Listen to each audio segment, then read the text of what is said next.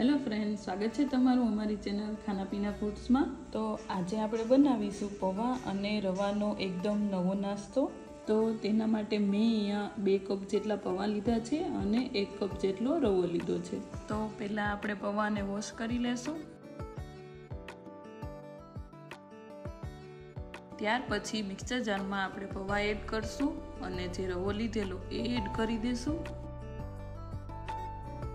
અને એ જ વાટકાના માપથી આપણે 1 વાટકા જેટલી ખાટી છાશ નાખશું અને એ જ વાટકાથી 1 વાટકા જેટલું પાણી નાખશું। પછી આપણે તેને મિક્સરમાં પીસી લેશું। આ રીતે પીસી લેશું અને હવે આપણે તેને એક બાઉલમાં કાઢી લઈએ। હવે આપણે એ બેટરને 5 થી 10 મિનિટ સુધી મૂકી દેશું। તો ત્યાં સુધીમાં આપણે જોઈ લઈશું શાકભાજીમાં કઈ કઈ વસ્તુ લીધી છે। મેં અહીંયા ગાજર, ડુંગળી, આદુ, લાલ મરચાં, લીલી મરચી, ટમેટા અને કોથમીર લીધી છે। 5 થી 10 મિનિટ જેટલો સમય થઈ ગયો છે। તો હવે આપણે બેટરને ચેક કરી લેશું અને 2-3 મિનિટ સુધી આ રીતે ફેટી લેશું। હવે આપણે તેમાં શાકભાજી એડ કરશું।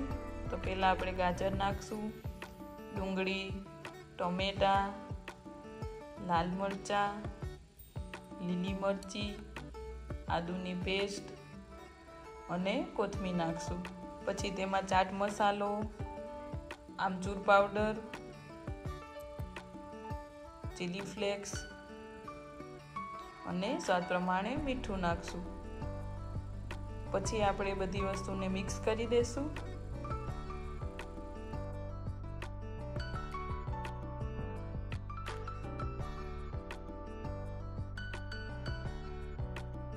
અને હવે આપણે તેમાં અડધી ચમચી જેટલા બેકિંગ સોડા નાખશું। તેના પર લીંબુનો રસ નાખીને તેને એક્ટિવ કરી લેશું અને તેને બેટર હારે મિક્સ કરી લેશું।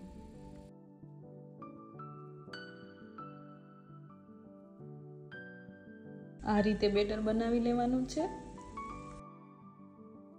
પછી મેં અહીંયા જે સેન્ડવિચનો ચમચો આવે છે એ લીધો છે અને તેમાં આપણે પહેલાં થોડું તેલ નાખશું। ત્યાર પછી જે બેટર તૈયાર કરેલું એ એડ કરી દઈશું।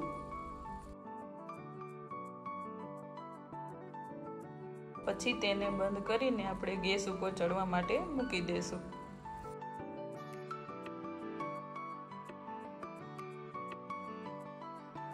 આ રીતે ફેરવીને શેકી લેવાની છે। તમે જોઈ શકો છો બંને બાજુથી શેકાઈ ગઈ છે। તો તૈયાર છે પૌવા અને રવાની સેન્ડવિચ। જો તમને મારી રેસીપી ગમી હોય તો વિડીયોને લાઈક, શેર અને ચેનલને સબસ્ક્રાઈબ જરૂરથી કરજો।